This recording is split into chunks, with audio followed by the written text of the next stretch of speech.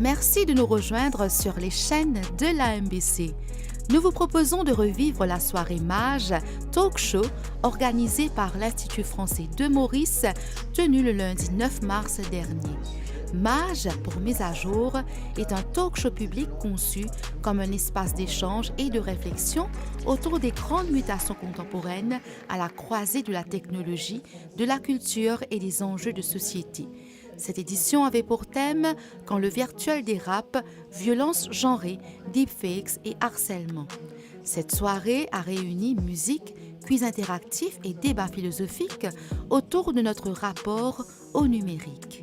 L'événement s'est déroulé en présence de l'invitée spéciale Anushka Suryamurthy, docteure en philosophie et fondatrice de In the Chaos World. Et cette soirée a aussi réuni des experts comme Julien Guillot-Sestier, spécialiste en IA, Morgane Laurent, psychologue, Maître Mokshta Pertob, avocate spécialiste des questions familiales et des violences de genre, et Katia Derache, spécialiste de la cybersécurité. Nous vous invitons à découvrir les moments forts de cette rencontre. Je voudrais dire, pour commencer mon intervention, par rappeler que la France est l'un des premiers pays dans le monde à s'être doté d'une diplomatie féministe en 2019. Et l'un des piliers de cette diplomatie féministe, c'est bien évidemment la lutte contre les violences faites aux femmes et aux filles, y compris les violences en ligne. Et l'un des symboles de cette diplomatie féministe, c'est le prix Simone Veil qui a été remis vendredi dernier. Il est remis chaque année à une personnalité ou à une organisation féministe. Il a été remis vendredi dernier au centre Marta en Lettonie et à sa fondatrice, qui œuvre à mettre en place une protection, cette organisation Marta, une protection temporaire pour des femmes victimes de violences dans plusieurs pays. Et d'ailleurs, je tiens à saluer la présence ici ce soir de Mokshta Pertob, dont nous avons présenté la candidature pour ce prix Simone Veil cette année. Et ce prix Simone Veil, cette année, a permis de mettre en exergue le fléau des violences faites aux femmes et le besoin crucial des femmes d'accéder à la justice. Cette diplomatie féministe, elle est aussi déclinée par nos ambassades à travers le monde, les ambassades de France, notamment dans le domaine de la lutte contre les violences faites aux femmes. Et notre ambassade ne fait pas exception, puisque nous avons soutenu l'association Passerelle à travers 2 projets mis en œuvre par cette association.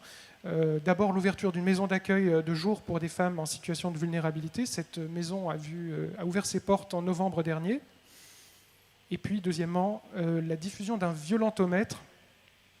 Le violentomètre, c'est un outil qui est apparu en France en 2018, qui aide à l'évaluation par les femmes de la nature et du degré des violences dont elles sont la cible. Et ce violentomètre, cet outil, a été traduit en créole mauricien et il vient d'être traduit en créole rodriguais. Il est donc diffusé à Maurice ainsi qu'à Rodrigue. Alors le thème de cette soirée, c'est les violences genrées, les deepfakes et le harcèlement. Donc je ne veux pas préempter la discussion de ce soir, mais il existe un certain nombre de risques de violences sexistes facilités par la technologie, TFGBV comme on dit en anglais. Et je voudrais rappeler à cet égard que derrière chaque deepfake, il y a une vraie vie. Et créer et diffuser des deepfakes qui sont non consentis, cela, c'est illégal en France. Je suppose que ça l'est également à Maurice, comme le cyberharcèlement de façon plus générale. Mais l'amplification par des algorithmes de ces procédés malveillants dans la sphère numérique, c'est également illégal. Et cela pose la question de l'impact des algorithmes des grandes plateformes numériques, de leur responsabilité et du peu d'efforts qu'elles font pour protéger leurs utilisateurs. Donc ça a été l'enjeu de l'adoption par l'Union européenne d'un règlement sur les services numériques, le DSA, et on pourra se poser la question de la régulation également à Maurice. Mais au-delà des risques facilités par la technologie, je pense que le numérique n'est pas qu'un problème, il peut aussi être une partie de la solution, il peut offrir des solutions pour élargir, pour améliorer l'accès à la justice pour toutes les femmes et les filles. Donc c'est, j'imagine, une question qui pourra être discutée ce soir. Je vais rendre la parole à Adrien et merci Anushka pour ton animation de cette soirée. Bonsoir Anouchka. Bonsoir Adrien. Comment vas-tu? Ça va et toi? Merci d'avoir accepté cette invitation. Avec On est plaisir. très très heureux de te recevoir. Les femmes dans l'histoire de la philosophie plutôt contemporaine, elles ont une place importante. Alors c'est quand même un domaine ultra misogyne et les femmes ont très peu existé dans l'histoire de la philosophie. Elles existent un peu depuis la deuxième moitié du XXe siècle. On connaît plus ça pour ce qu'on appelle les sciences dures, avec l'effet Mathilda, des femmes qui ont été mises en retrait, avec des hommes qui ont récolté les lauriers de recherches souvent qui ont été faites dans des laboratoires. Mais en réalité, en philosophie comme ailleurs, on trouve beaucoup d'enseignantes de philosophie quand il y a des expérimentations chez les petits, au collège, un peu au lycée, mais dès qu'on arrive dans le milieu universitaire, c'est un milieu qui est quand même extrêmement masculin. Donc il y a eu quand même peu de place historiquement pour les penseurs femmes. Et là, en ce moment, depuis une quinzaine d'années, il y a plein de penseurs femmes qui ont entre 35 et 55 ans et qui produisent des choses extraordinaires. Si je peux donner deux références de deux penseurs que j'aime beaucoup, Cynthia Fleury et Claire Marin, qui sont des femmes qui font des conférences, qui écrivent, qui sont engagées au sens le plus noble du terme et qui font des choses assez formidables. Donc il faut en parler, oui. Et je me demandais juste, il y a un continent de philosophes, on va voir un pays de philosophes, où il y a davantage de penseurs qu'un autre. Alors, historiquement, on a beaucoup parlé de deux pays comme étant les pays des philosophes, l'Allemagne et la France.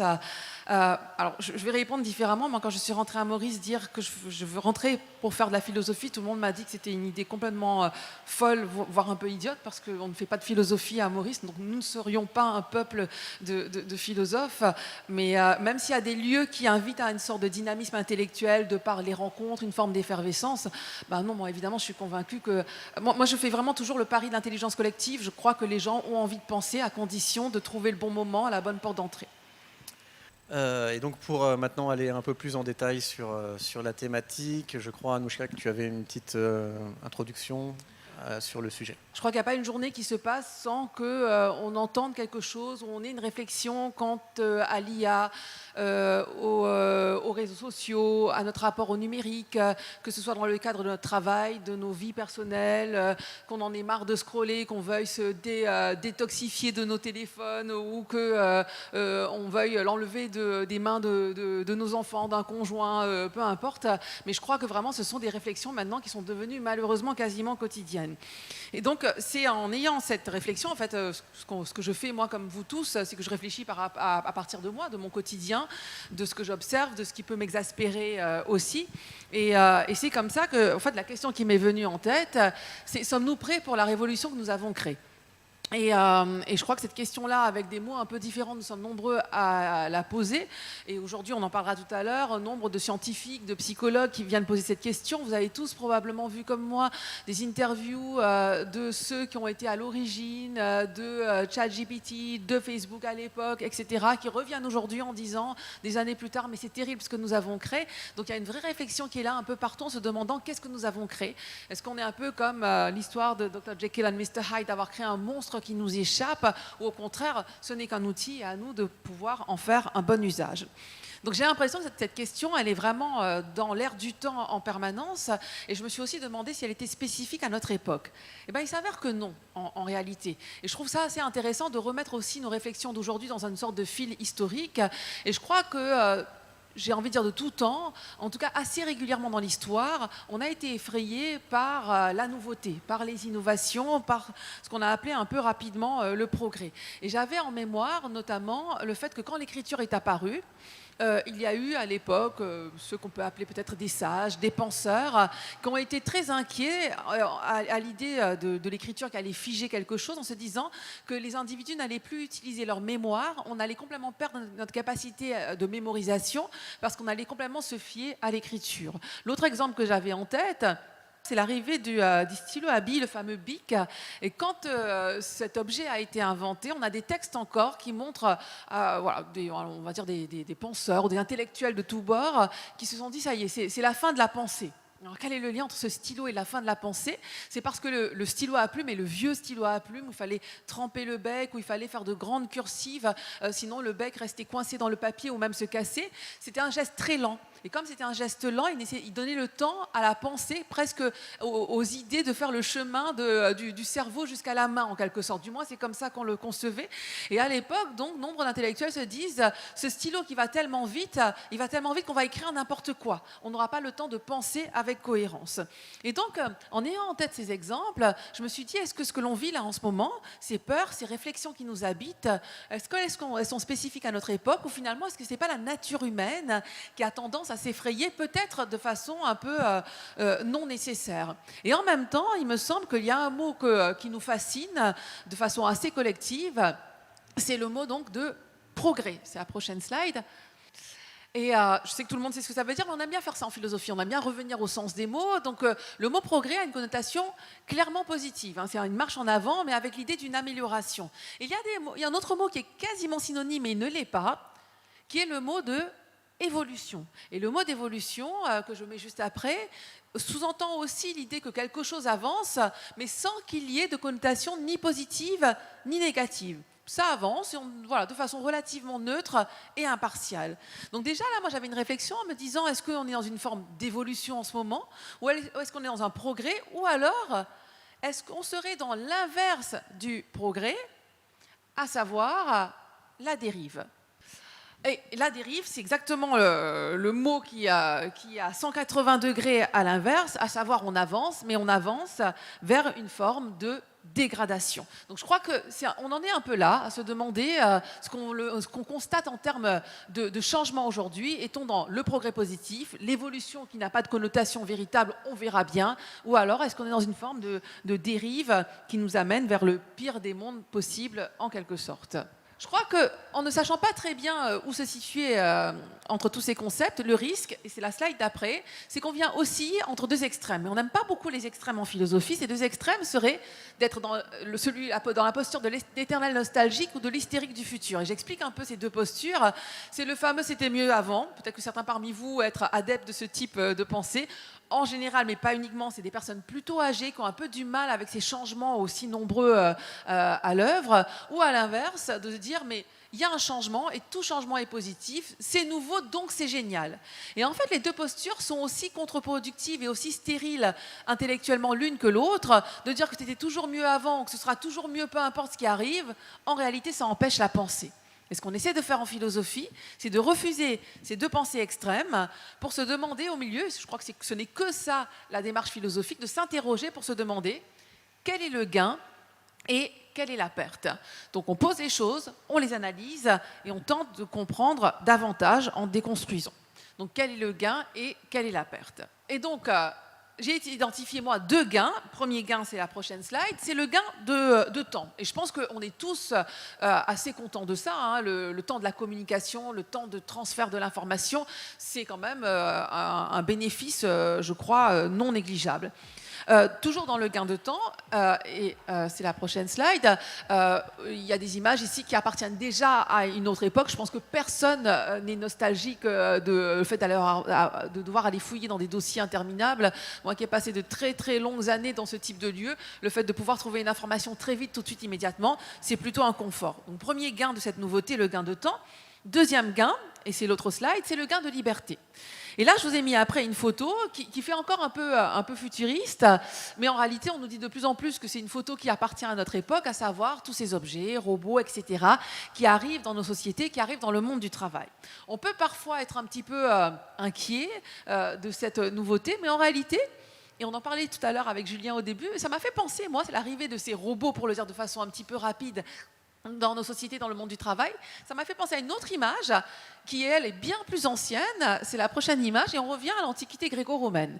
Et là, je dois faire une petite parenthèse, enfin un petit temps de pause pour vous rappeler comment fonctionnaient ces sociétés qui font partie du berceau, en tout cas, de nos civilisations européennes. Chez les Grecs, par exemple, le travail était complètement conspué. On ne travaillait pas. C'était des gens qui qui n'étaient pas respectables et pas respectés qui travaillaient, à savoir les esclaves. Quand on était un noble, quand on était un notable, on ne travaillait pas et on passait son temps à déclamer de la poésie, à participer à des concours de récitation, à jouer de la musique, à faire du sport, beaucoup, à faire beaucoup la fête aussi. Les Grecs sont connus pour des banquets avec beaucoup d'excès, mais en tout cas, on ne travaillait pas. Le travail était le fardeau des esclaves. Et je me suis dit, pourquoi est-ce que ce ne serait pas la même chose aujourd'hui? Et les esclaves d'hier seraient les robots de demain. Et comme les Grecs, on aurait des vies libérées de tout ce fardeau du travail. Et donc, on pourrait imaginer alors avoir un véritable gain de liberté. Pour ceux qui ne le savent pas, j'aime bien rappeler souvent l'étymologie du mot travail. Ça vient du latin tripalium qui veut dire torture et instrument de torture. Donc si on peut se rappeler de la torture extrême qu'est le travail, si on peut s'en libérer pour être dans une vie de loisir, telle que le disaient les Grecs et les Romains, pourquoi pas en fait. Donc voilà au moins deux gains, gain de temps et gain de liberté. Mais quelle est la perte? Ou quelles sont les pertes? Parce qu'évidemment, si je m'arrêtais là, ce serait génial. Et puis, il n'y aurait plus rien à penser. Mais si on continue, il y a évidemment des pertes. Et donc, quelle est la perte ici? Et là encore, j'ai identifié deux pertes.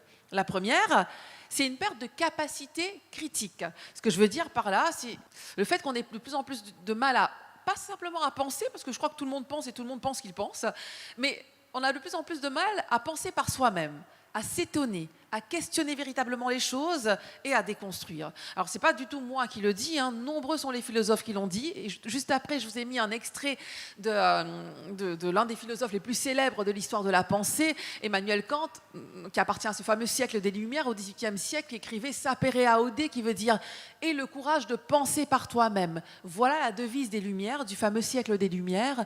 Paresse et lâcheté sont les causes qui font qu'un si grand nombre d'hommes, après que la nature les eut affranchis depuis longtemps d'une conduite étrangère, restent cependant volontiers toute leur vie dans un état de tutelle. Ce que dit Kant, les gens deviennent adultes, ils deviennent majeurs, mais pour autant ils se comportent comme des mineurs intellectuels. Ils ne veulent pas penser par eux-mêmes, ce qui serait l'apanage des enfants.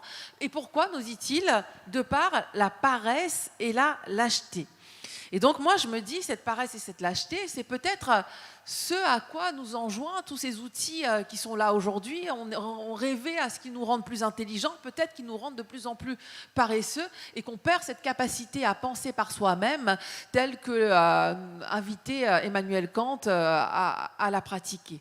Alors j'ai été enseignante de philosophie pendant longtemps, comme tu le disais Adrien, et quand moi j'invitais mes élèves à penser par eux-mêmes, bon, certains trouvaient ça plutôt sympathique, mais pour la plupart c'était un effort incommensurable, ils étaient plutôt contents de ne pas devoir penser par eux-mêmes. Et nombreux aujourd'hui sont les étudiants. Je me souviens avoir assisté à une conférence de Julien qui disait que les chiffres disaient que X pourcentage d'étudiants disaient utiliser ChatGPT. Et Julien disait que tous les autres, ce sont des menteurs parce que tous utilisent évidemment cet outil aujourd'hui sans exception. Donc je crois que cet argument-là, je me dis malheureusement peut-être qu'il ne parle plus véritablement, qu'en tout cas beaucoup, alors de jeunes et de moins jeunes, je crois que nous aussi on doit faire notre introspection à ce niveau-là, préfèrent ne pas penser et être dans une forme de facilité. Et donc, cette forme de facilité, on ne pense plus, ça donne quoi alors? Ça donne potentiellement la vidéo d'après. Bonne nouvelle. Au Groland, les candidats au baccalauréat pourront désormais avoir recours à l'IA durant leurs examens. Que pouvez-vous me dire à propos de l'auteur? L'auteur, du latin auctor, celui qui produit. Personne qui fait profession d'écrire, homme ou femme de lettres. Je veux vous parler de l'auteur de ce livre. Ah, ok, attendez.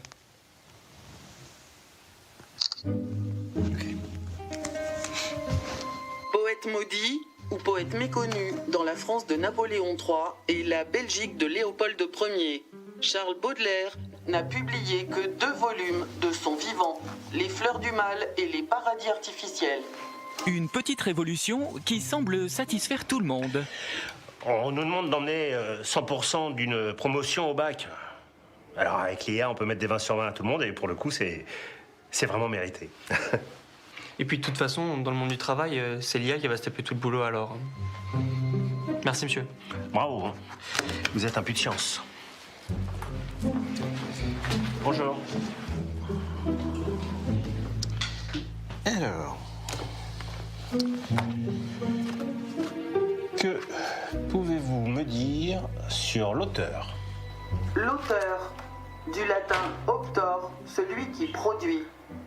Alors ça fait sourire, n'empêche qu'on se dit on n'est peut-être pas très loin, hein, donc de laisser, de déposer son cerveau en quelque sorte, que ces outils pensent à notre place, qu'on ne produise plus rien. Et beaucoup de jeunes gens disent mais de toute façon pourquoi est-ce qu'on nous interdit cet outil à l'école? Parce que, c'est exactement l'argument du jeune homme dans la vidéo, parce que dans le monde du travail aujourd'hui tout le monde utilise l'IA pour générer absolument tout, des mails, des rapports, etc. Pourquoi avons-nous besoin de penser par nous-mêmes? Donc potentiellement, première perte, la perte donc de cette capacité critique qui amènerait véritablement à ça. On répéterait tous la même chose, on ferait produire les mêmes contenus, on serait dans une société d'uniformisation absolue. Du moins, ce serait le scénario le moins réjouissant. Deuxième perte, c'est la perte éthique. Alors l'éthique, je sais que tout le monde sait de quoi il s'agit, mais je rappelle quand même, ce sont les principes et les valeurs que l'on a en commun. Puis d'un coup, à force de faire penser ces outils à notre place, on oublie ce que veut dire le bien, le juste, on ne s'interroge même plus sur ces questions de moralité et on abandonne complètement cette réflexion morale. Là encore, ce qui est intéressant, je trouve, avec les philosophes, c'est qu'en les lisant ou en les relisant, on se rend compte que nos réflexions, bien que ancrées dans notre époque, ne sont pas très nouvelles. Et j'ai mis juste après une citation, en tout cas vous connaissez tous l'écrivain au moins de nom, François Rabelais, dans le fameux Gargantua, avec cette phrase qui est extrêmement célèbre, où il écrivait « Science sans conscience n'est que ruine de l'âme ».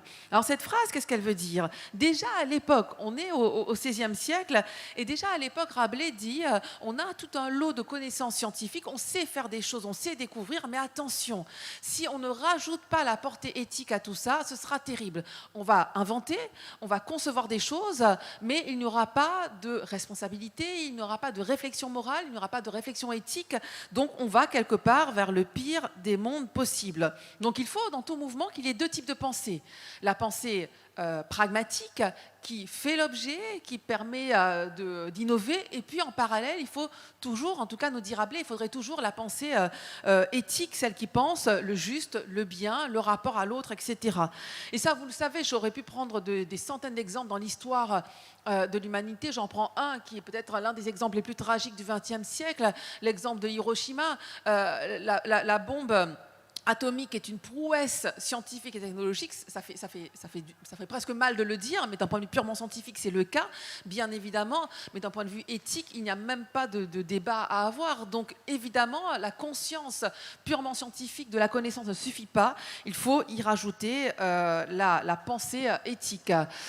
Exemple moins tragique qu'Hiroshima, mais qu'on a nous au quotidien, et c'est la slide d'après. Je vous ai mis quelques-unes d'articles, je vous laisse lire, mais évidemment en permanence ces réflexions éthiques, elles se posent partout dans les écoles, dans le monde du travail aujourd'hui, les cas de tricherie, évidemment tout ce que l'on fait, on va beaucoup en parler avec les experts dans quelques instants, en termes de violence, d'atteinte à la dignité, au respect de l'autre. Donc encore une fois, je reprends la phrase de Rabelais, « Science sans conscience n'est que ruine de l'âme ». Et tout ça, voilà, j'ai envie de commencer par vous partager toutes ces réflexions. Tout ça, ça m'a fait réfléchir à me dire où est-ce qu'on en est et quelle est notre capacité à penser tous ces objets correctement aujourd'hui.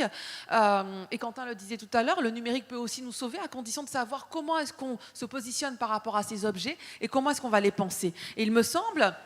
Et c'est ce que j'indique juste après, que ce terme de conscience qui est très très cher aux philosophes, c'est l'apanage, la faculté maîtresse de la nature humaine. Et les philosophes ont beaucoup réfléchi à la conscience. Il me semble qu'il faut revenir à la conscience.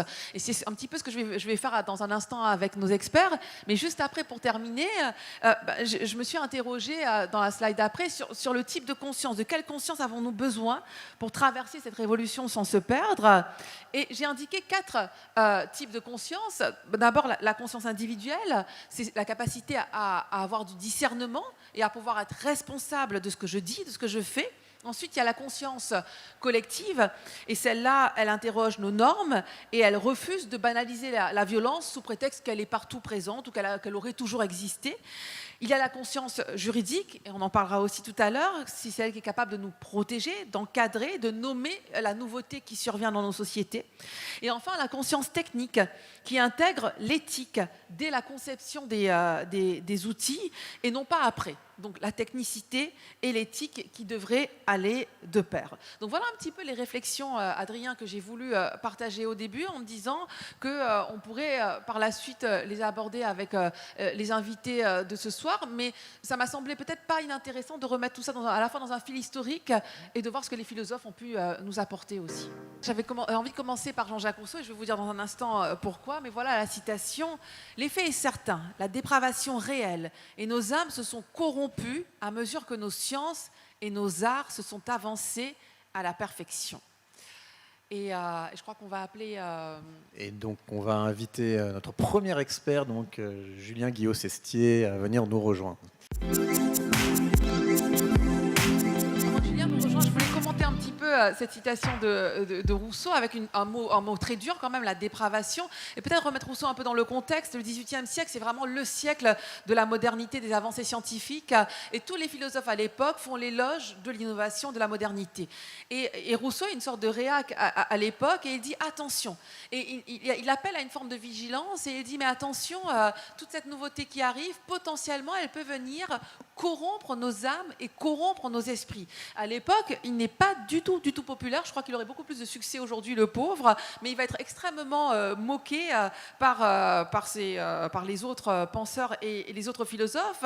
Et je me suis dit que cet appel à la vigilance que fait Rousseau, il a toute sa place aujourd'hui, et en l'occurrence par rapport à la thématique du numérique. Et la question que j'avais en tête, Julien, en lien avec Rousseau et ce que l'on a dit, c'est quand la technologie progresse, qu'est-ce qui progresse véritablement? Et peut-être ce mot de progrès, parce que c'est quand même presque ton outil de travail au quotidien. Qu'est-ce qui progresse véritablement aujourd'hui selon toi? Bonsoir à tous. Je vois que ta question est biaisée parce que tu utilises le mot progrès et non pas dérive. Donc déjà, j'ai déjà un indice de ta réponse. Non, je plaisante. La dernière fois que j'étais là... Tu as le droit de changer le mot et de ne pas être d'accord, bien sûr. On peut se disputer tout de suite. Non, je n'ai pas appelé ça une dérive, par mon métier, ça ne serait pas malin.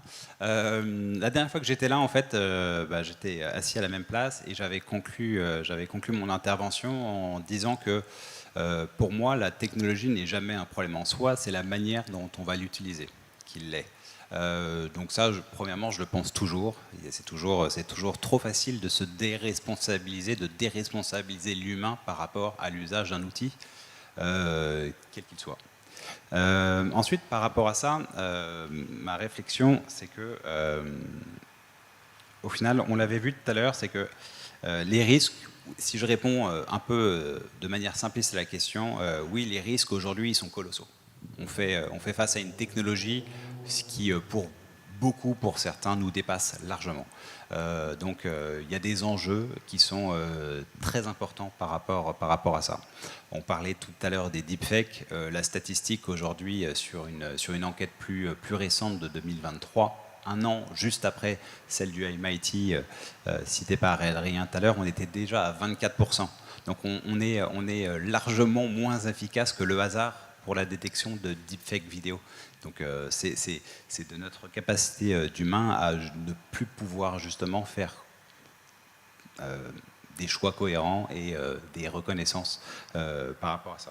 Mais au final, après, c'est pas très propre à l'humain de se dire qu'on va abandonner. Loin de là. On a toujours aimé les défis et l'innovation, elle nous a toujours portés. Ça amène des nouveaux défis. L'IA, en fait, ce qu'elle est probablement en train d'apporter, c'est on a des théories qui nous amèneraient vers des théories de l'abondance. C'est notamment des théories portées par Elon Musk. Alors Elon Musk va être très critiqué sur beaucoup de ces points. Néanmoins, cette analyse, elle est intéressante de pousser ça un peu plus loin. Quand ChatGPT sort, qu'est-ce que ça nous amène? On rentre dans une abondance de création de contenu. Okay, donc ça commence par le texte, ça commence ensuite par les images, ensuite par la vidéo. Ce qui coûtait 100 000 il y a 3-4 ans coûte 10 000 l'année dernière. Aujourd'hui, ça coûte 1 000, demain, ça coûtera 100, etc. Jusqu'à après-demain, très rapidement, ça coûtera 0. Ça devient complètement aujourd'hui gratuit de créer des textes.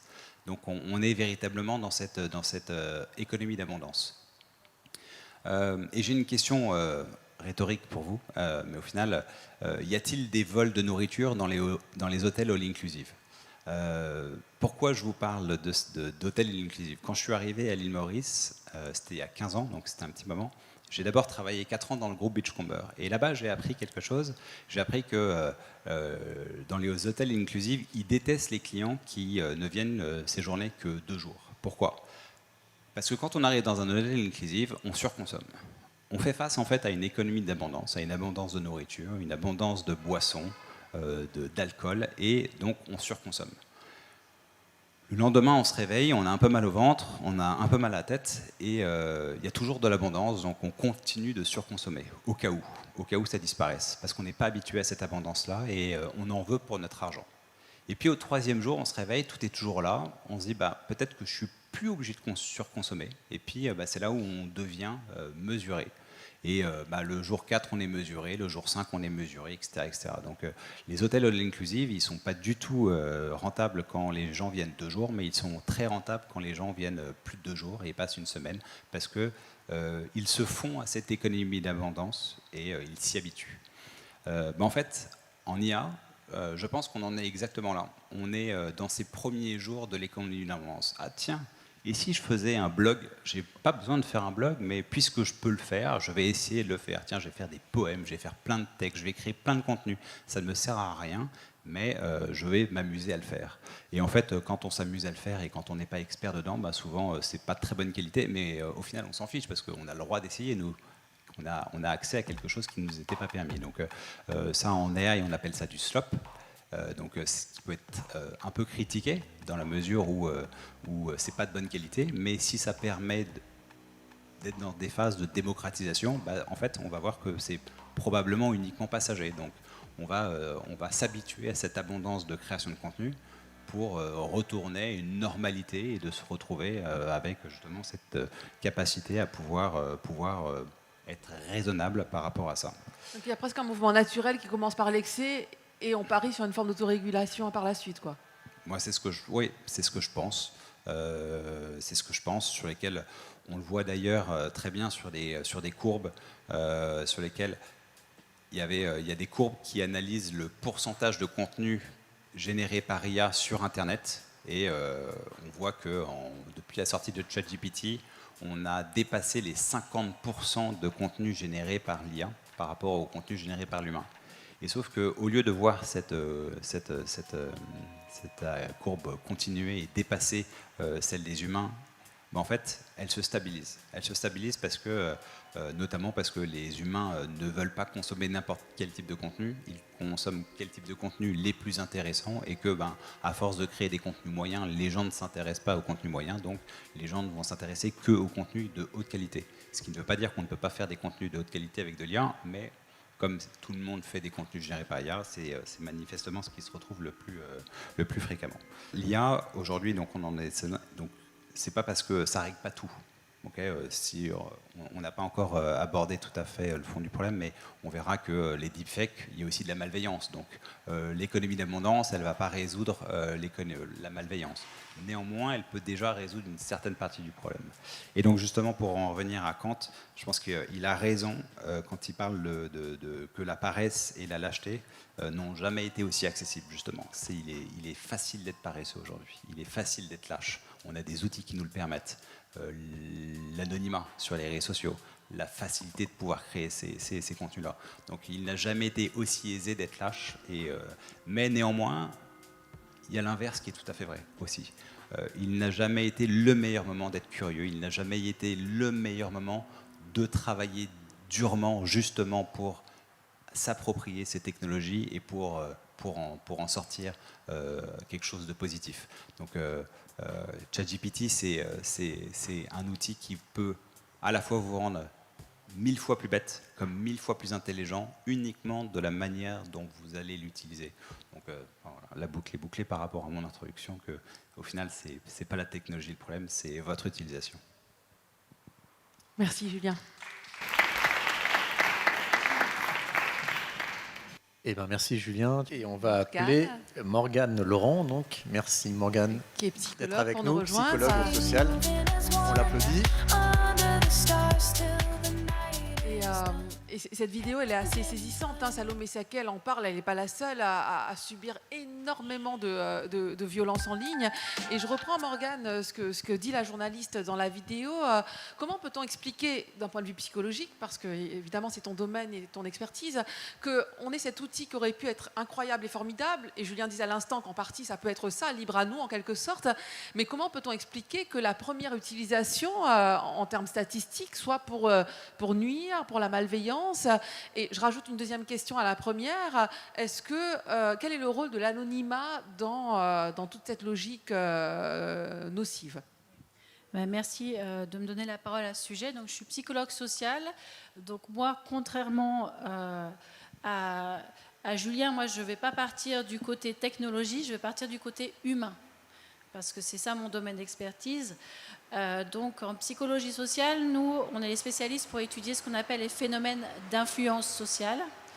Et le maître pour ça en France, c'est Durkheim, qui était un sociologue qui a beaucoup étudié ça. Et on s'aperçoit que dès qu'on donne un peu de liberté aux gens, tout de suite après cet instinct de liberté, il y a des instincts tout de suite qui viennent vers de la catégorisation sociale, vers de la recherche de statut et donc vers de la discrimination. Et le premier sujet de discrimination, qui est universel dans tous les pays du monde et à toutes les époques depuis toujours, c'est les rôles différenciés entre l'homme et la femme. Et d'un point de vue physiologique, mais surtout social, attention, je ne veux pas rentrer dans des raccourcis, physiologiquement, l'humain est appelé à transgresser. C'est physiologique en nous, on a un appel à ça, et les hommes un peu plus que les femmes, à cause de la fameuse testostérone, que nous aussi les femmes nous avons. Il n'y a pas que les hommes qui ont de la testostérone, mais chez les hommes c'est un petit peu plus marqué. Et puis surtout à cause des rôles sociaux qui, depuis la petite enfance, sont attribués aux hommes et aux femmes. Aux femmes, le rôle d'être de bonne mère, de câliner, de rassurer. Aux hommes, le rôle de protéger, de partir en guerre et d'être plus agressif. Donc ça, c'est l'aspect, on va dire, social de la chose. Avec les réseaux sociaux et avec les outils d'intelligence artificielle que nous avons maintenant, il y a cette notion d'anonymat qui est devenue très très forte. Avant, quand on voulait se moquer de quelqu'un, rabaisser quelqu'un, il fallait aller en face de cette personne, peut-être sur la place du village, mais ça ne touchait que les gens du village, et dire du mal de cette personne en face. Maintenant, on a cet outil magnifique qui, en quelques minutes, permet de créer une vidéo complètement fausse où on peut dénuder cette personne, dénigrer cette personne, et on peut la transmettre sans que personne ne sache qui on est. Donc, il y a vraiment un côté de coût réputationnel intact pour la personne qui dénigre. Et il y a aussi un autre effet qui est très important, de nouveau un effet physiologique. Normalement, quand on est en face d'une personne et qu'on la dénigre, on voit en direct ce que ça fait à la personne. Donc on ne peut pas s'exonérer du fait qu'on voit qu'on lui fait du mal. Et on a tous des neurones miroirs en nous qui réagissent de manière empathique à ce qu'on voit de la personne en face. Donc ça peut créer une certaine censure, une certaine licence en nous qui fait qu'on arrêtera. Mais quand c'est anonyme, quand c'est en ligne, on n'a plus cet effet-là. Donc ce qui fait qu'on arrive à vraiment un désengagement moral qui a été décrit par le psychologue Bandura, par exemple, un désengagement moral qui est propre à l'anonymat. Mais l'anonymat, ça a aussi des côtés positifs. On parlait tout à l'heure de ce qui arrive aux victimes. La première chose qui arrive aux victimes, c'est l'isolement social et c'est aussi le syndrome post-traumatique. L'anonymat peut aussi jouer bénéfiquement pour les victimes qui, si elles ne veulent pas s'exposer plus sur les réseaux, peuvent anonymement aussi dénoncer ces phénomènes et jouer un rôle positif de témoignage qui peut être anonyme pour d'autres victimes, pour les aider à sortir de cet isolement, à ne pas se dire qu'elles sont seules et à pouvoir aussi consulter des spécialistes comme les psychologues, par exemple, pour le syndrome post-traumatique. Donc, au-delà de ça, qu'est-ce qui fait que cet anonymat, il n'est pas neutre. En fait, cet anonymat, il est aussi dirigé par les types d'écosystèmes d'incitation qui sont sur ces réseaux sociaux, qui sont dans ces outils d'IA. Ces plateformes ne sont pas des espaces neutres. Et il faut qu'on se rende compte de ça. On a un rôle à jouer à ce niveau-là. Ce sont des plateformes qui encouragent les comportements impulsifs. Anouchka en a parlé tout à l'heure, justement avec cette phrase de Kant, de nouveau, on a besoin de temps de réflexion. On ne peut pas laisser notre impulsivité commander nos actions, ce qu'on crée, ce qu'on met sur les réseaux. Il faut qu'on s'accorde des temps de réflexion, dans le bon comme dans le mauvais, dans le progrès, mais aussi dans la diffamation. On peut être très en colère contre quelqu'un un jour, ce n'est pas pour ça qu'on doit faire un deepfake. Vous voyez ? Et si les plateformes étaient faites en sorte que ce ne soit pas aussi facile de créer des deepfakes en quelques minutes, de les mettre en ligne en un clic, et qu'en plus elles ne deviennent pas virales par les systèmes d'algorithmes, et puis ce sens de la transgression qui est reconnu par les plateformes et sur lesquelles elles jouent. Les gens ne veulent pas voir des petits chatons tout mignons, c'est pas vrai, ils veulent voir des choses trash. Donc les algorithmes vont leur proposer des choses trash en premier lieu. Ce qui fait que le marginal, quelque chose qui était marginal avant, parce qu'il y a toujours eu de la transgression, ça devient très visible. Ce visible rend les choses imitables. Quand on imite, ça devient normal. Et quand ça devient normal, petit à petit, ça devient acceptable. Donc notre rôle à tous, là, j'aimerais revenir sur les 4 points d'Anouchka quand elle parlait de la réflexion. Moi, j'étais arrivée à la même conclusion. On a à agir sur 4 niveaux. Le niveau individuel, c'est réprimer nos impulsions, rentrer dans la réflexivité, dans l'introspection et s'accorder des temps de pause. Anouchka l'a dit aussi, on demande tous à être détoxifiés de nos téléphones, etc. Mais c'est notre responsabilité personnelle. Si je veux faire une vendetta contre je ne sais pas qui, je m'accorde un temps de pause, 1 journée, 2 journées pour y réfléchir avant de faire mon deepfake, par exemple. Au niveau collectif, il faut aussi vraiment faire ce qu'on est en train de faire ce soir. Des moments de réflexion collectif sur quel est le cadre éthique et moral dans lequel on veut vivre. Est-ce qu'on veut d'un cadre qui agresse nos jeunes filles, qui nous agresse nous en tant que femmes ? Moi, c'est pas plus tard que ce week-end que j'ai été agressée par une personne anonyme. J'ai reçu des messages, je ne sais pas d'où, d'une personne anonyme que j'ai été obligée de bloquer. J'ai 50 ans, je pensais qu'à 50 ans, j'étais à peu près safe avec ça. Eh bien non, ça arrive encore.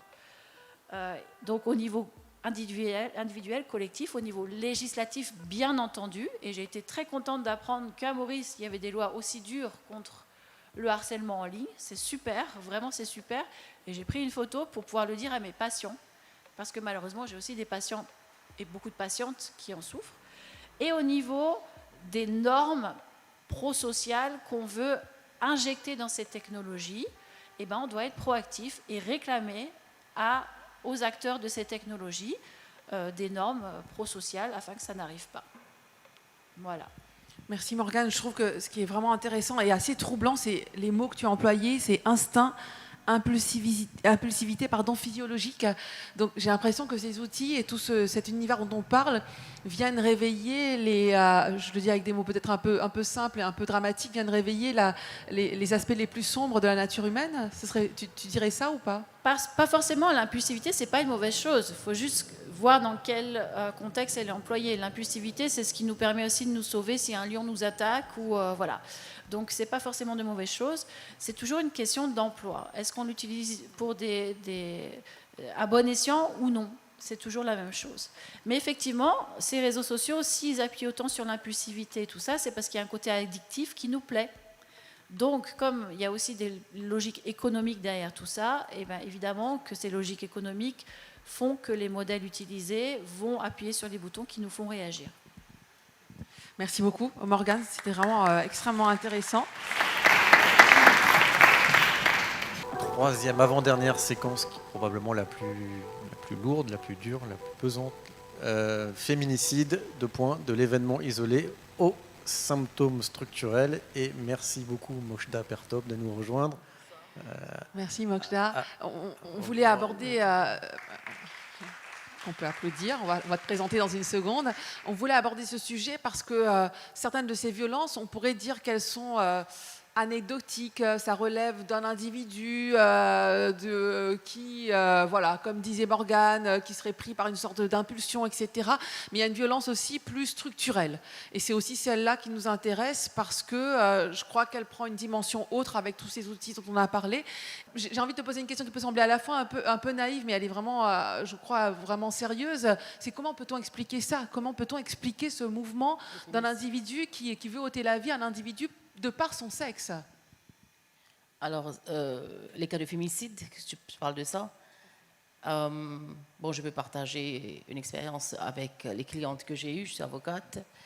Et voulant protéger une cliente, je lui ai demandé de rentrer chez elle. Va chez tes parents, tu seras en lieu sûr. Et il est venu la tuer là-bas. Et deuxième cliente qui s'est fait... le mari qui lui a donné 14 coups de couteau sur le lit quand elle lui a dit qu'elle voulait partir, elle voulait le quitter. Et quand j'ai eu ces deux cas, ça m'a vraiment... Et c'est là que j'ai commencé vraiment le combat. Il y a quelques années, 2 ans au moins, j'ai commencé le combat contre le fémicide à l'île Maurice. Parce que de mon expérience de vie, j'ai vécu en Inde pendant une quinzaine d'années, où j'étais prof de droit. Et j'ai vu que l'Inde, c'est l'un des pays les plus dangereux pour les femmes à cause de la violence et le patriarcat. Et moi, je rappelle, je reprends toujours que la violence est liée au patriarcat. Et si l'Inde est à 100%, 200% patriarcale, à Maurice, on n'est pas loin. Et de toute façon, nos racines sortent de là-bas. On a l'ego qu'on voit à Maurice, ça me rappelle dangereusement les violences que j'ai vues et j'ai vécues en Inde. Et de retour à Maurice, quand je suis retournée il y a 8 ans, je remarquais que les femmes se faisaient tuer, mais personne ne relevait ces incidents dans les médias. C'était comme si c'était naturel, c'était normalisé. Et c'est là que je commençais à vraiment compter. Et de 2020 à 2025, il y a eu 24 fémicides. On n'utilisait même pas le mot. Je crois que j'étais la première à utiliser le mot sur Internet pour sensibiliser les gens, pour faire comprendre que c'est quelque chose de... Pour moi, le fémicide, c'est vraiment quand on tue une femme, c'est aussi tuer la confiance. Parce qu'elle se fait tuer dans un cercle familial, et c'est surtout quand elle a des enfants, et donc c'est la famille, c'est attaquer la famille qui est le noyau de la société. Alors, pourquoi je remarque qu'à Maurice, on est du genre? Je parle de la société mauricienne, je suis très pragmatique et je parle très honnêtement. Je pense qu'on fait un peu l'autruche. On ne va pas dire « Ah, c'est pas chez nous, c'est chez l'autre ». Ça ne concerne pas notre famille, notre village, notre ville, nos gens. Donc il y a toujours cette façon de voir les choses que ce n'est pas nous. Et donc, ça fait qu'on a commencé vraiment à jouer à l'autruche et à se dire que la violence, ce n'est pas nous. Mais au fait, la violence, c'est nous. Parce que la société, en criminologie, la société qui produit les criminels, c'est la même société qui produit les victimes. Et la réflexion est à 2 niveaux. Quand on parle du patriarcat, on se rend compte que la loi, elle aussi, elle est patriarcale. Qui a écrit les lois? Le code pénal qu'on a aujourd'hui, c'est le code pénal qui date de l'époque des Français, de la Constitution française. Le droit qu'on a aujourd'hui, c'est le droit français de l'époque. On n'a pas, par exemple, je me bats pour changer le code pénal. Section 242, c'était une section du code pénal qui disait que si un époux, un conjoint, le mâle, l'homme, trouve son épouse dans un flagrant délit d'adultère, le meurtre est excusable. Et donc, tous les hommes qui tuaient leurs femmes venaient dire j'ai vu ma femme avait un amant. Ici, c'est un galant. C'est le mot qu'on utilise à Maurice. Un galant. Et donc, avoir un galant, c'était très facile de prouver. Ah, ce sont des messages sur le téléphone. C'est WhatsApp, c'est ces messages. Ça devient trop facile de dire que c'est l'adultère. Et trop facile de pouvoir utiliser cette section. Et on a vraiment travaillé sur cette section, on a fait beaucoup de lobby. Et en 2025, en février 2025, cette loi a été abrogée. D'accord? Ça, c'est donc une petite victoire. Une petite victoire. Alors, on est en train de travailler maintenant sur nommer le fémicide. Donc, parce que tant qu'on ne nomme pas le crime, ce n'est pas un crime. Ce qu'on veut faire, c'est d'essayer de changer les choses à Maurice. Je te donne l'exemple. Si une femme se fait battre et elle va à la police ou elle va à la station, on va lui dire, voilà, prenez votre forme 58, allez à l'hôpital, faites ça, faites ça, faites ça.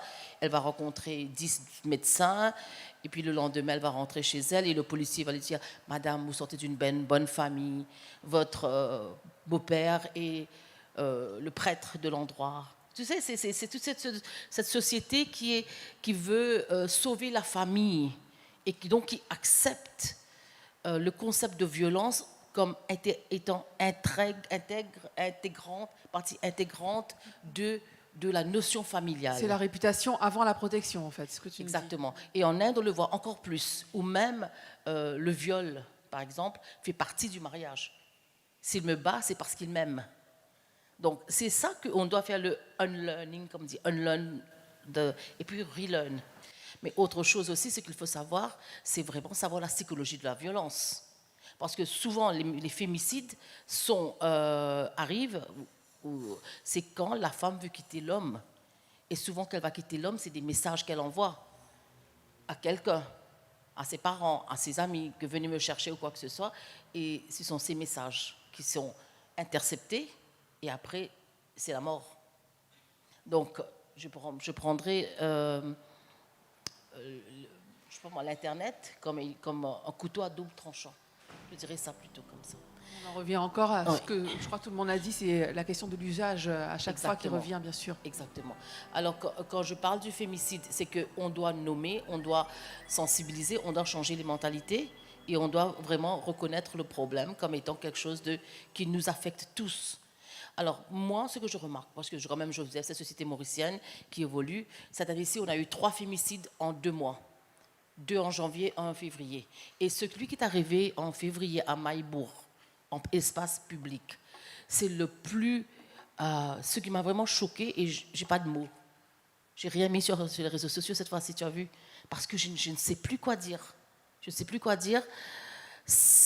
On a noté comme je travaille beaucoup sur le genre, sur les femmes, on a noté depuis le Covid qu'il y a eu un backlash, une régression des droits des femmes. OK? Mais aussi, c'est qu'il y a eu un backlash contre les femmes. C'est la montée du masculinisme, la montée de toutes les plateformes, etc. Et donc, à Maurice... Toi, tu fais un lien clair entre les réseaux, les algorithmes et la violence réelle. C'est la violence réelle. C'est la violence qui se propage. C'est la violence de la manipulation psychologique des hommes, des jeunes.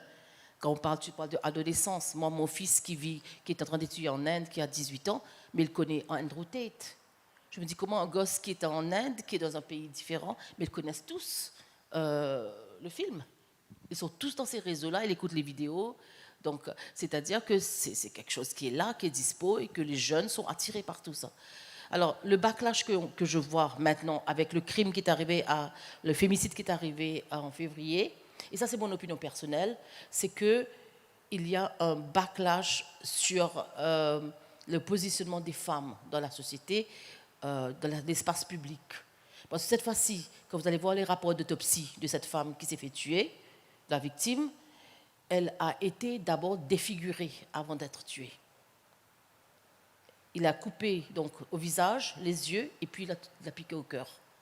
Ça me rappelle, et je fais le lien avec ce qui se passe en Inde, avec la médecin qui s'est fait tuer à Calcutta, le viol de Calcutta, où elle s'est fait tuer pendant qu'elle travaillait. Donc là, je pense qu'il y a une violence maintenant qui devient vraiment, c'est une haine. Et c'est ça que le mot fémicide revient encore. C'est une croissance dans la haine pour la femme, parce que tu es femme. Je veux pas te quitter, tu veux me quitter, très bien, ben tu vas mourir, tu vas payer, parce que c'est moi qui marie ici. Donc c'est ça, je pense. Et voilà, c'est ça que j'avais à dire. Concernant la cybersécurité, est-ce que vous avez remarqué, récemment, il y avait eu un cas dans le nord, c'était dans le nord-ouest ou quelque part, une fille de 17 ans qui s'est suicidée par rapport à des vidéos de pornographie qui allaient être en public sur elle. Donc moi, je pense que quand même, c'est une réflexion sur la société qu'on a, parce que c'est une fille de 17 ans, parce qu'elle avait envoyé ses photos à son petit ami après qu'il voulait diffuser ça sur des réseaux. C'est la réflexion, c'est qu'on a les lois. On a les lois, on a le Cyber Security, Cybercrime Act, tout est basé sur le Budapest Convention, on a l'autre ICTA. Donc on a toutes les lois qu'il faut. Bien sûr, il y a des choses à ajouter, bien sûr, dans les lois, des amendements à faire. Mais est-ce que les lois sont appliquées? L'augmentation de violence contre les femmes cette année-ci, c'est la violence en ligne. Et quand vous allez rapporter les cas de violence en ligne, homocause, complainte en ligne, c'est super facile. Combien de jugements il n'y a pas, il y a eu un cas, je crois. Donc ça vous fait réfléchir vraiment. Moi, j'étais la directrice de Pédostop à l'époque, en 2022, et on avait rapporté l'affaire Telegram comme une ONG. Donc on avait une action par rapport à l'ONG, parce qu'on peut le faire à Maurice, après le jugement de Ecosud. On peut faire que les ONG peuvent apporter un cas en cours pour demander une solution. Voilà. Et le cas de Telegram, rien. Pourtant, il y avait des preuves, il y avait des témoins, il y avait des photos, il y avait tout ce qu'il fallait. Mais pouvoir poursuivre un cas en ligne, pour les cas en ligne, c'est hyper difficile, c'est pas facile. Donc, c'est vraiment faire un travail en amont dans la prévention. Pour terminer, je dis toujours aux gens que je rencontre, et auparavant, on disait à nos enfants, et nous sommes tous des parents, on disait à nos enfants que fais attention quand tu vas dehors, ne parle pas aux gens que tu ne connais pas, ne prends pas des bonbons, ne prends pas du chocolat, etc., n'est-ce pas? Mais maintenant, on doit se rendre compte que ce prédateur sexuel qui était peut-être dehors, et maintenant est à l'intérieur de la chambre de votre enfant. Il est dans le téléphone de votre enfant. Et donc, si vous n'avez pas encore sensibilisé votre enfant sur les dangers du contenu en ligne, c'est un gros travail que vous devez faire, parce que vous ne pouvez pas le protéger tout le temps. Il doit s'autoprotéger. Donc, il y a un travail à faire là, à ce point. Merci. Moi, juste, je peux me permettre une toute petite question. En Chine, il y a une interdiction, je crois, avant 15 ans d'utiliser TikTok ou certains réseaux sociaux. En France, il y a une discussion sur éventuellement bientôt, je crois, avant 15 ans, il sera interdit d'utiliser un certain nombre de réseaux sociaux. Est-ce que c'est une réflexion en cours à Maurice? Non, pas du tout. Non, je ne pense pas, parce que je suis consciente quand même, on a un ministre de Haïti qui est très, très sensibilisé. Et on avait justement fait un atelier avec mon ONG Empower, et il nous avait parlé, il est conscient des problèmes qu'on a avec tous ces... Mais je ne pense pas pour le moment on a quelque chose.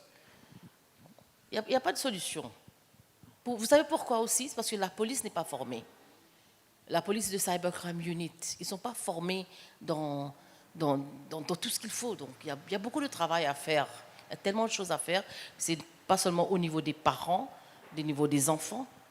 Personne ne peut aller dans les écoles pour former ces enfants-là en cyberbullying et tout ça. Et pourtant, on voit tellement de cyberbullying.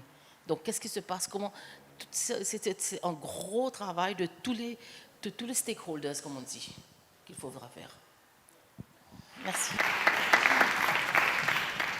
On s'est dit qu'on allait aborder, Adrien, la responsabilité et protection, donc à l'ère du numérique, avec une citation de Hans Jonas. Oui, tout à fait. Une citation qui va apparaître. Hans Jonas, je lis avec vous. « Agis de façon que les effets de ton action soient compatibles avec la permanence d'une vie authentiquement humaine sur Terre. » Alors, je voudrais prendre quelques petites secondes pour pour commenter cette citation avant d'appeler Katia, qui est notre dernière experte de ce soir, et surtout parce qu'Adrien me dit à l'instant, je ne connais pas ce Hans Jonas, et c'est un grand tort. Vous voyez la date, et cette phrase, qu'est-ce qu'elle veut dire? Il dit que pour tous ceux qui sont en train de penser, d'agir, d'innover, de construire, il faut en même temps agir en se disant, ce que je suis en train de faire là maintenant, ce que je suis en train de créer là maintenant, est-ce que c'est compatible avec la pérennité de la vie humaine? Est-ce que c'est en train d'entraver le devenir humain, ou au contraire, est-ce que c'est en train de l'aider et de l'accompagner? Et pour cela, on va inviter à nous rejoindre Katia. Deroche, qui est donc spécialiste de cybersécurité, fondatrice de Cybersécurité. Et en plus, ce n'était pas forcément une question qu'on avait prévue, mais peut-être que j'avais envie de te demander, Katia, avant de commencer sur le sujet même, qui est ton domaine d'expertise, dans la façon que j'imagine les choses, et peut-être que je me trompe, je me dis cet univers de la cybersécurité doit être un univers très masculin. Il y a peut-être peu de femmes dans cet univers-là. Peut-être de nous dire, toi, comment tu es arrivé à ce métier, à ce parcours, et peut-être après, on en reparlera de la responsabilité. Bonsoir à tous, merci pour l'opportunité d'intervenir aujourd'hui. Donc, comment je suis arrivée dans ce domaine? Déjà, dans le domaine de l'informatique, où il y a déjà très très peu de femmes. Je suis revenue à l'île Maurice en 2020. J'étais à la Banque One en tant que Head of IT et Digital. Et c'est là que j'ai travaillé en collaboration avec les équipes de cybersécurité de la Banque One, et j'ai découvert ce métier.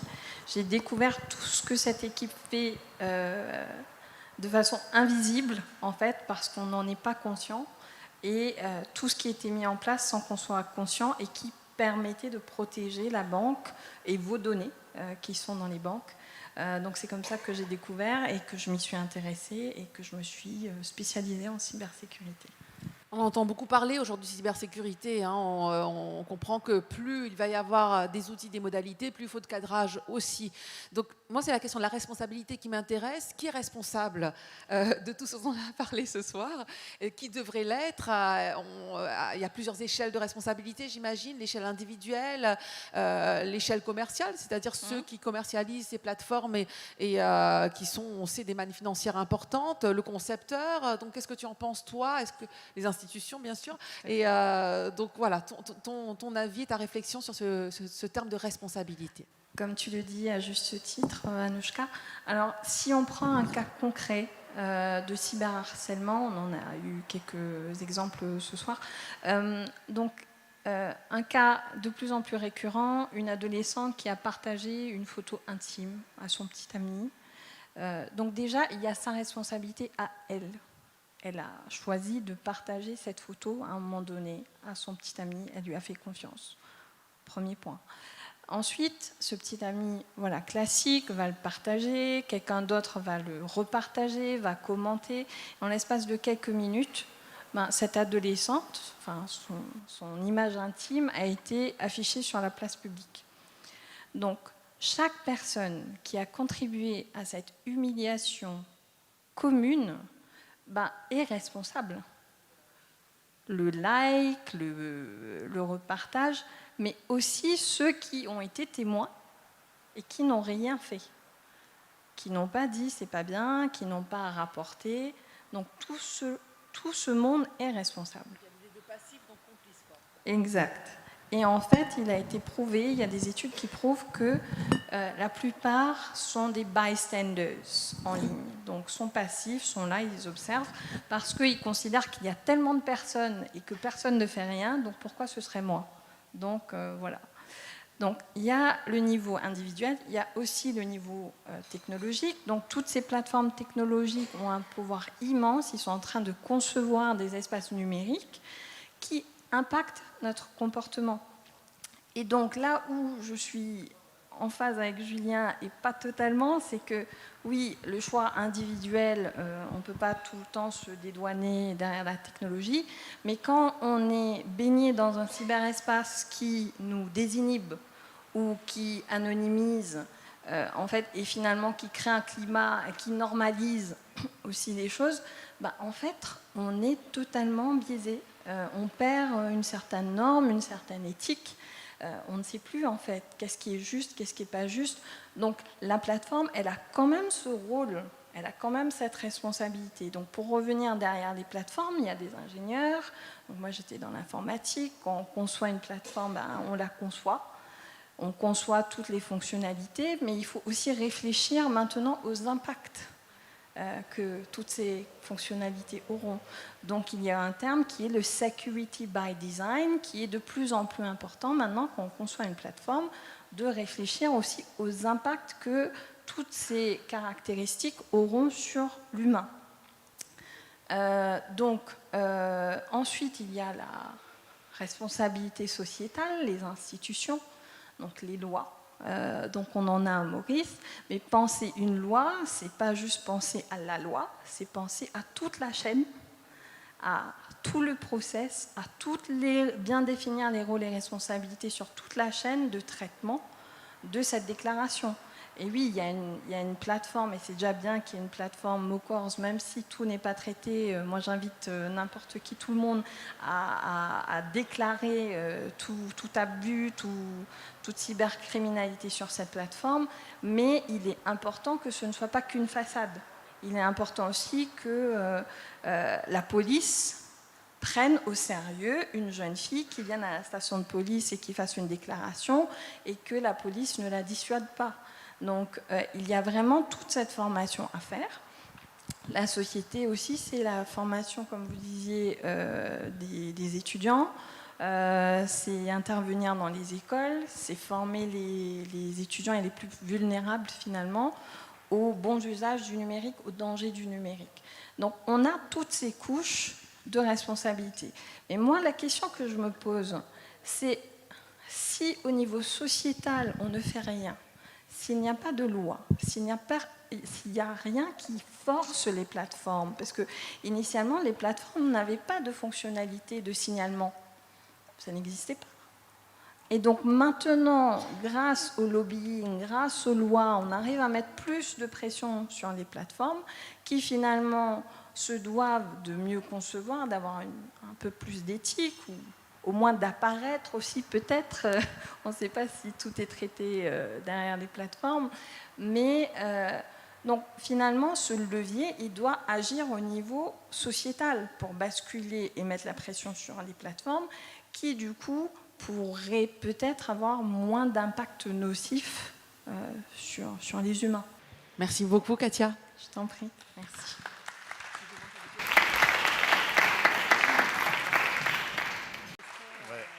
Katia, reste avec nous, il y aura peut-être une ou deux quelques questions. On a un peu dépassé le temps, mais est-ce qu'il y aurait 2-3 questions? Aujourd'hui, là, on rentre dans des débats de liberté contre sécurité. Et que, malheureusement, de mettre trop de sécurité, en fait, ça prive énormément la liberté.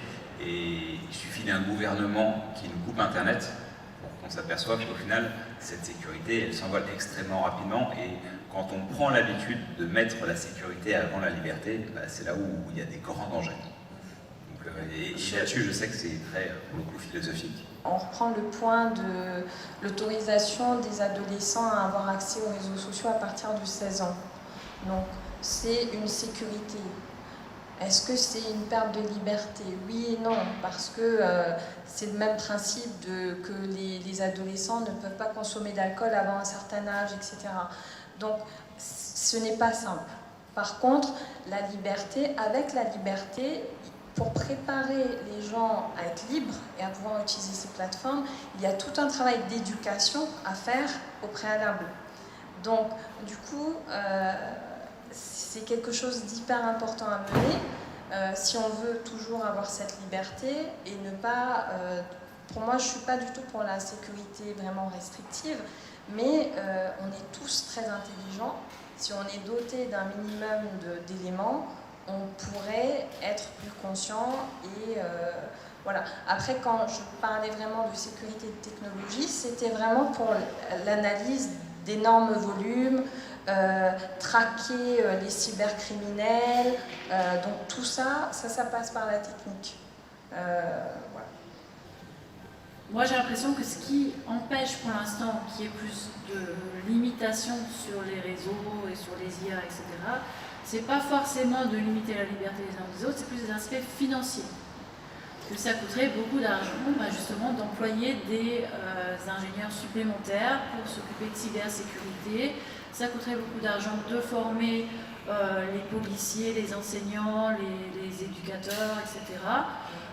Comment est-ce qu'on peut trouver un moyen avec l'IA, peut-être, de rendre ça rentable? Je ne sais pas comment dire ça, ou c'est peut-être pas avec l'IA, mais comment est-ce qu'on peut expliquer comment ça peut être rentable d'implémenter cette cybersécurité dans les systèmes?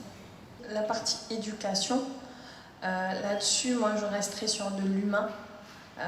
Oui, peut-être c'est coûteux, etc. Mais après, il faut le budgéter. Mais l'humain reste hyper important puisqu'on veut sensibiliser les étudiants sur le numérique. C'est pas pour qu'ils l'apprennent via une IA. Je pense que sur ce stade-là, il faut investir sur l'humain. Sur la cybersécurité, la cybercriminalité, beaucoup de choses maintenant avec des outils de pointe qui se basent sur l'IA. Toutefois, il faudra quand même investir sur des experts en cybersécurité parce que, bon voilà, le AI Act le dit, mais de façon tout à fait normale, on ne peut pas s'appuyer que sur l'IA. Donc il faudra quand même une supervision par-dessus par des cyber-experts. Donc après, tout a un coût. Donc c'est simple de le dire, et je pense que c'est aussi ça qui bloque les choses.